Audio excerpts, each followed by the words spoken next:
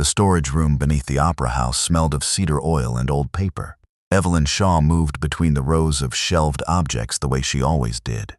Slowly, hands clasped behind her back, eyes reading each item the way other people read faces. She was 31 years old, lead cataloger for tonight's private auction, and she had learned a long time ago that objects did not lie.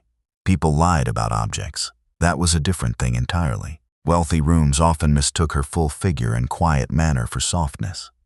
They usually corrected themselves when she opened the catalog. She paused at a gilded frame. The painting inside it was 17th century Dutch, according to the intake form. The frame was 20th century reproduction. Someone had matched the patina carefully, but the join at the lower left corner was 2 millimeters off. She flagged it on her tablet and moved on. Celeste Marrow, the auction director, appeared at the end of the row.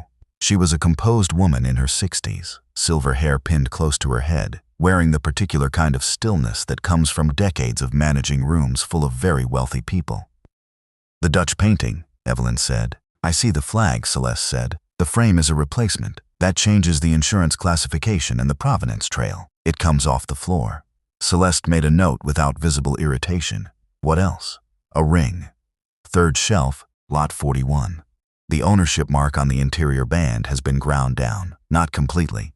I can still read the original maker's stamp underneath." Celeste looked at it. She did not argue. She removed it herself. That was what Evelyn valued about working for Celeste. The woman protected the catalog's integrity with a consistency that most auction houses only performed. She reached the end of the last row and stopped. The object on the final shelf was a silver box, no larger than a jewelry case, with a clasp engraved with a crest she recognized immediately. Voss. The intake form listed it as a personal effects box, silver and enamel, early 20th century, private European collection, provenance documented through 1963. 1963 was the year Rafael Voss's mother had died. Evelyn turned the box over.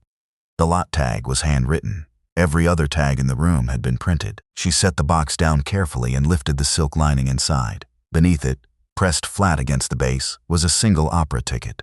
Tonight's performance. Row D, seat 12. She checked the lot number on the handwritten tag against the master catalog on her tablet. The number was not in the system. It had been added after she completed her review. She looked at the reserve price. High, unusually high for the object's documented value. And the number ended in 88. She held the box in both hands and thought about what she was looking at. Then she went to find the person whose name was on the crest. Rafael Voss arrived at 19:10, 40 minutes before the auction opened, which told Evelyn he was not here to browse. He was tall, 40 years old if she had to guess, with the particular posture of a man accustomed to being the most dangerous person in whatever room he entered. He wore no mask. Most guests tonight would. He apparently did not feel the need. He asked for the Voss box before she could speak. "That item is currently withheld pending a provenance review," Evelyn said. He looked at her, not rudely, with the calibrated patience of someone who expected this to resolve in the next 30 seconds. "I am the provenance," he said. "That box belonged to my mother." "Which is exactly the problem with its current documentation," she said. "The chain of ownership ends at her death with no recorded transfer. Which means either it was donated, sold without authorization, or taken. I cannot put an item on the floor until I know which. Then take it off the floor and give it to me. That is also not how this works." He looked at her differently now, a small recalibration. "You catalog what men like me decide is worth buying," he said. He glanced at the intake forms stacked beside her, a gesture that made clear what he thought of them. A paperwork delay. An administrative inconvenience dressed up as authority. It was not the worst thing anyone had said to her in this job. It was not even close. She met his eyes. "Then tonight," she said, "you may want to know what someone decided your life was worth." She laid the box on the table between them. She showed him the handwritten lot tag. She showed him the opera ticket. She showed him where his seat, D12, had been on the original seating plan until the arrangements were adjusted 3 days ago to move him to a different position. A position that now matched the number on the tag. She showed him the reserve price and what the suffix 88 meant. She did not know yet, not precisely. But the pattern was not subtle to anyone who worked in a market where numbers carried secondary meaning. "That box is not being auctioned," she said. A breath of silence. "It is naming who dies next." He did not move. He looked at the ticket, the lot tag, the reserve figure, and she watched him connect the same points she had, faster than she expected, with a fluency in the language she was only beginning to read. "You don't know the full scope of what this is," he said. It was not a challenge. It was an observation. "No," she said. "But I know this lot is about you, and I know it was added to this catalog after I signed off on it." Celeste arrived at that moment, as if summoned. She examined the box, the tag, the ticket, with the composed attention of someone reviewing a logistical problem. She locked the escrow on the lot. She provided Evelyn with the full intake ledger. She suggested that the tag had been changed in a zone under security control and pointed, carefully, toward Lucian Drake, her head of security, as the person with access. She did not allow Rafael to take the box. "It remains in chain of custody," Celeste said, "until provenance is confirmed." She left them. Rafael looked at the door she had walked through. "She's protecting the catalog," Evelyn said. "She's protecting something," he said. Evelyn thought about what to do next. Canceling the auction immediately would scatter 80 masked guests into the city and destroy whatever connection existed between the lot numbers and the people they pointed to. She reached for her phone and composed a short message. Commissioner Helena Ward had been on her contact list for 4 months, ever since a training seminar on art fraud and insurance manipulation. Helena's unit had been tracking a series of international escrow accounts for months, accounts tied to at least 3 prior contract operations that had never been publicly attributed. She had the financial map. She had not had the door. The message contained 3 things: a photograph of the handwritten lot tag, the seat number from the opera ticket, and the words, "I think this is bigger than one lot. Staying in place. Keep distance." Helena's response came in 40 seconds. "Understood. Do not move the evidence. Do not close the room." Evelyn turned the screen so Rafael could read it. He said nothing for a moment. Then, "You already had a contact in place." "I always have a contact in place," Evelyn said. "Then let's find out what the rest of the catalog is saying." The auction opened at 2000. Approximately 80 guests moved through the main hall in silk and masks, and the careful social performance of people who did not wish to be directly identified. Evelyn worked in the cataloger's station at the side of the floor, a raised desk with sight lines to every lot display and every exit. She had pulled up the full catalog and was running the numbers against a framework she was building in real time. The lot numbers, she discovered, were not random. 6 of them contained embedded date codes. 6 contained embedded location markers, door numbers, sections, positions within the building. The reserve prices clustered into 3 distinct tiers, with a 4th tier that appeared only on the lots ending in 88. 6 dates, 6 locations, 6 families or organizations traceable through the provenance chains, 6 reserve prices indicating the nature of the contract. She could not yet match the families to the time slots. That was the gap. Rafael sat beside her. He had not been invited. He had simply placed himself there with the efficiency of a man who had decided where the useful position was. 3 guests looked at them, at him specifically, with the particular attention of people recalibrating what they thought they knew about the room. One of them, a man in a silver mask, said something to his companion that Evelyn could not hear but that contained, she was almost certain, a note of amusement. Rafael said, without looking at the man, "She is reading the room. I am supplying the language." He then began reading provenance descriptions to her from the printed catalog and translating what she could not decode from the interior side. Which family crests indicated which territories, which object types functioned as markers for specific networks, what the obscure geographic references in the provenance documentation were pointing toward. He knew this world the way she knew hers. The vocabulary was different. The logic was identical. By 2020, she had a schedule. She did not have a list of names. She made a decision she would regret. She matched the 6 location codes to the buyer registration list, the paddle numbers assigned to guests at check-in, and identified, based on which buyers had registered in advance for which seating sections, a probable target profile for each slot. She placed the Marin target at door 4. She sent 6 warnings through Lucian Drake's security team. At 2030, a disturbance occurred at door 2.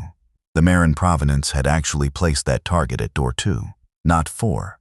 She had identified the 6 people and 6 locations but paired them incorrectly, using buyer registration as her identity layer when she should have been using provenance. The target at door 2 survived because Rafael, on her recommendation, had increased security coverage across all exits rather than concentrating it. She sat with that for exactly 4 seconds.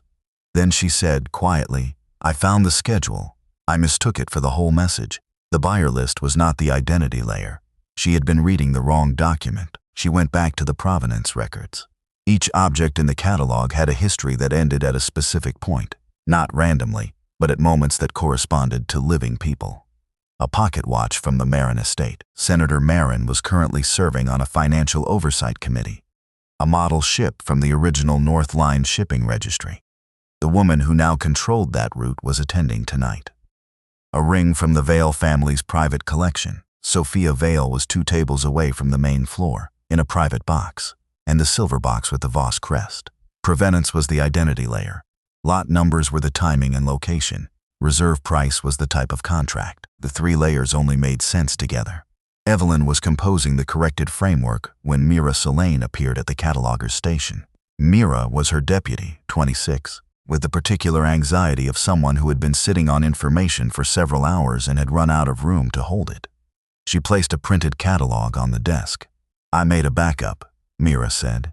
When I saw the lot tags being changed this afternoon, I printed the original before the system updated.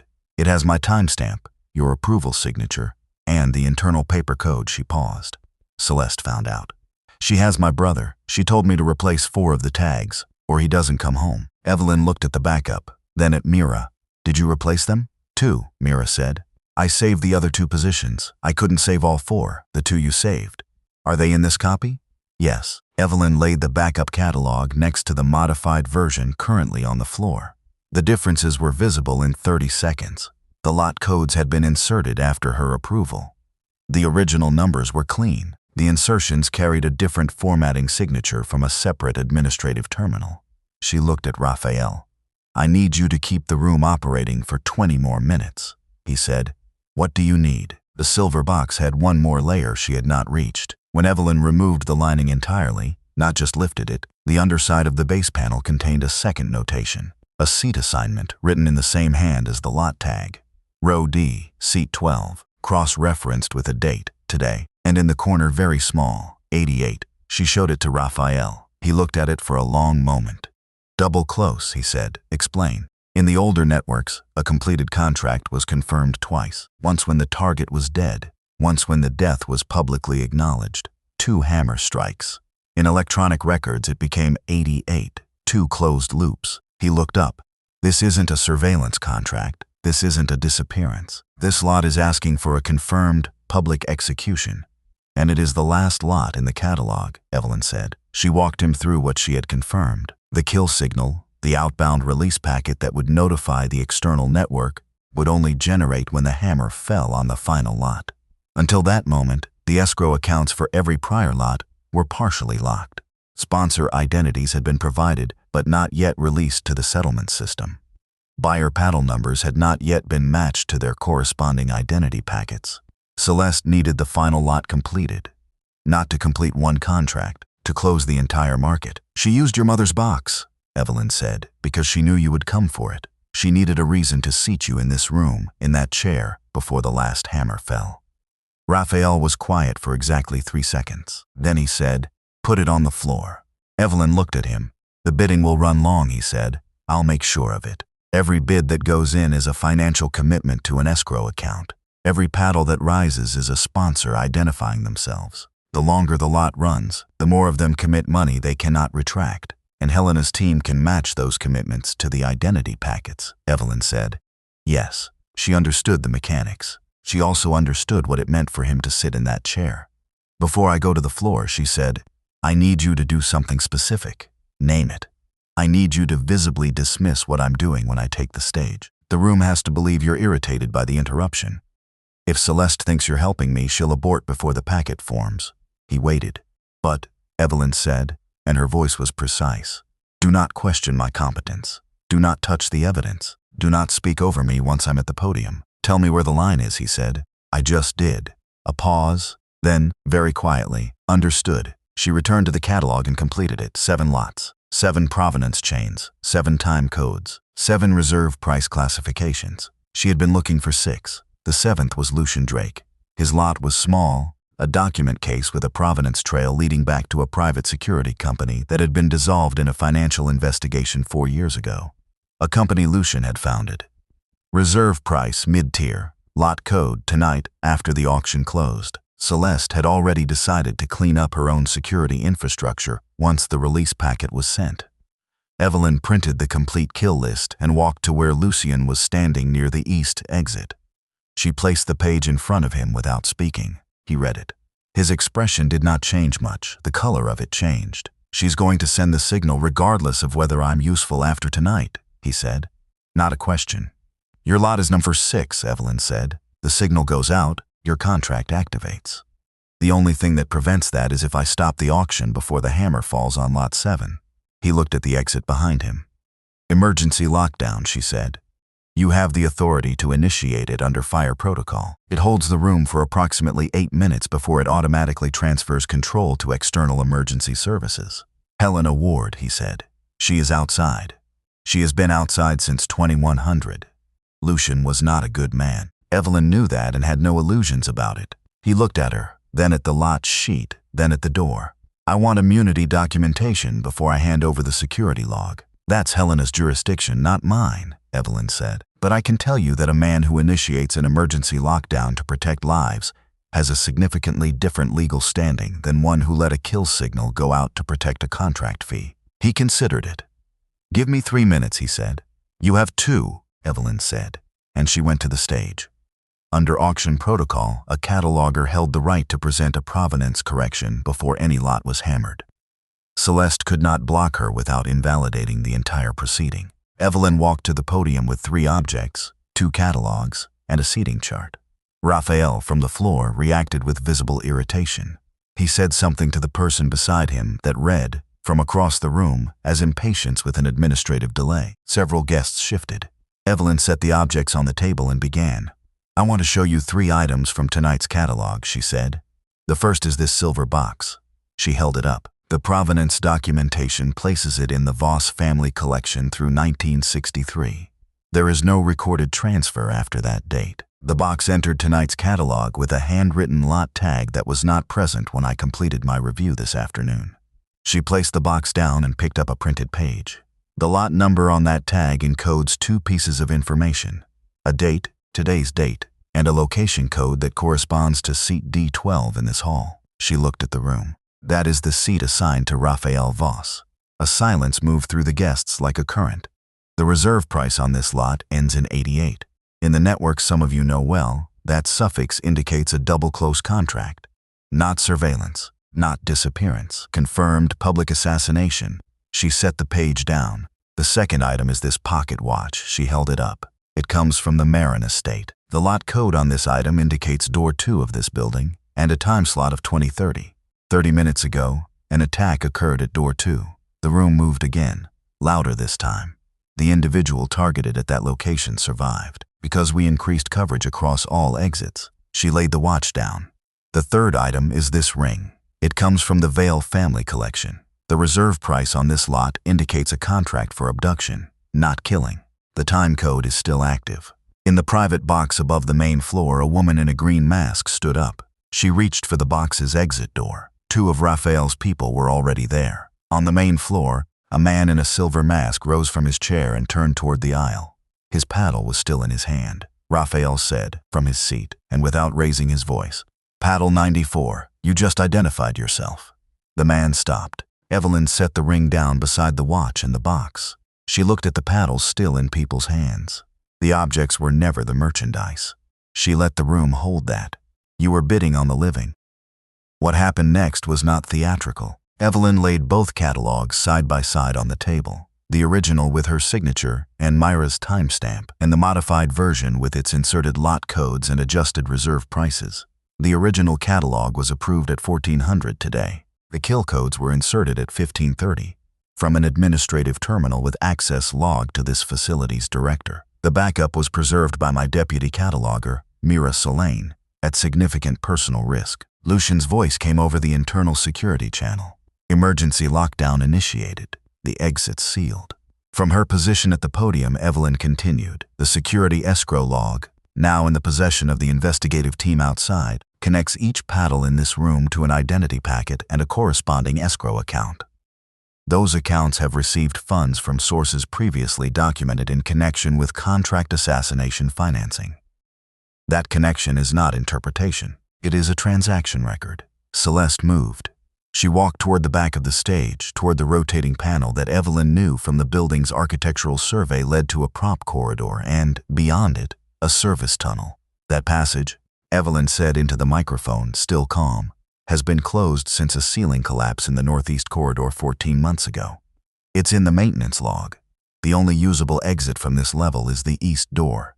Celeste stopped. She turned back toward the room. Her composure was remarkable. Evelyn would think about that later, not with admiration, but with the specific understanding that it was the composure of someone who had built this system carefully enough that she had never believed it could be read from the outside.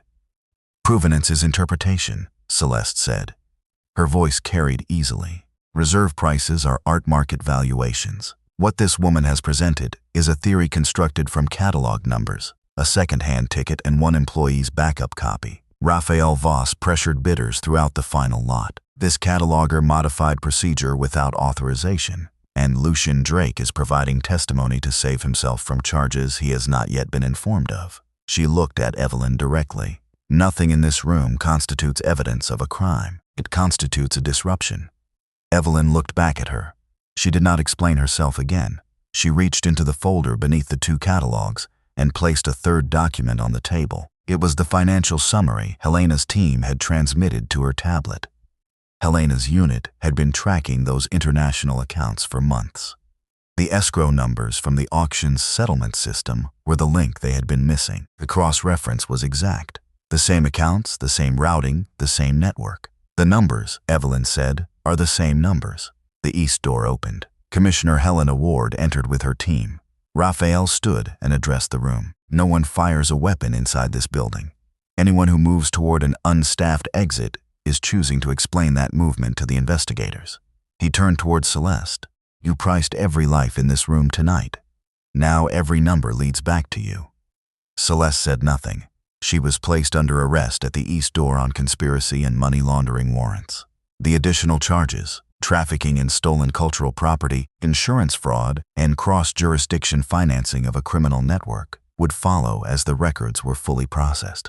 The proof chain held 4 sources, and Celeste could not erase all of them. Mira held the original catalog with its timestamps and approval signatures. Lucian held the security escrow log connecting paddles to identities to accounts, and he handed it over in exchange for cooperation documentation, not immunity, as he had asked for, but a formal record of voluntary disclosure. He was not forgiven. He was processed. Rafael confirmed the cultural encoding, the family crests, the network symbols, the meaning of the 88 classification, from direct knowledge of the systems Celeste had borrowed her language from, and Helena's team, waiting outside since 9 o'clock, confirmed the financial layer. Every piece had a different keeper. Celeste could not have reached all 4. Helena's team also recovered Mira's brother from a property tied to Celeste Logistics Company before the night was out. After the guests had been processed, and the room had shifted from auction hall to evidence site, Rafael found Evelyn at the cataloger's station. She was logging the chain of custody for each lot because that was her job, and because accuracy did not stop being necessary because the evening had been unusual. He stood beside her for a moment before speaking. I was wrong about what you were doing, he said. She continued logging. I treated your records as paperwork and your warning as a bargaining trick.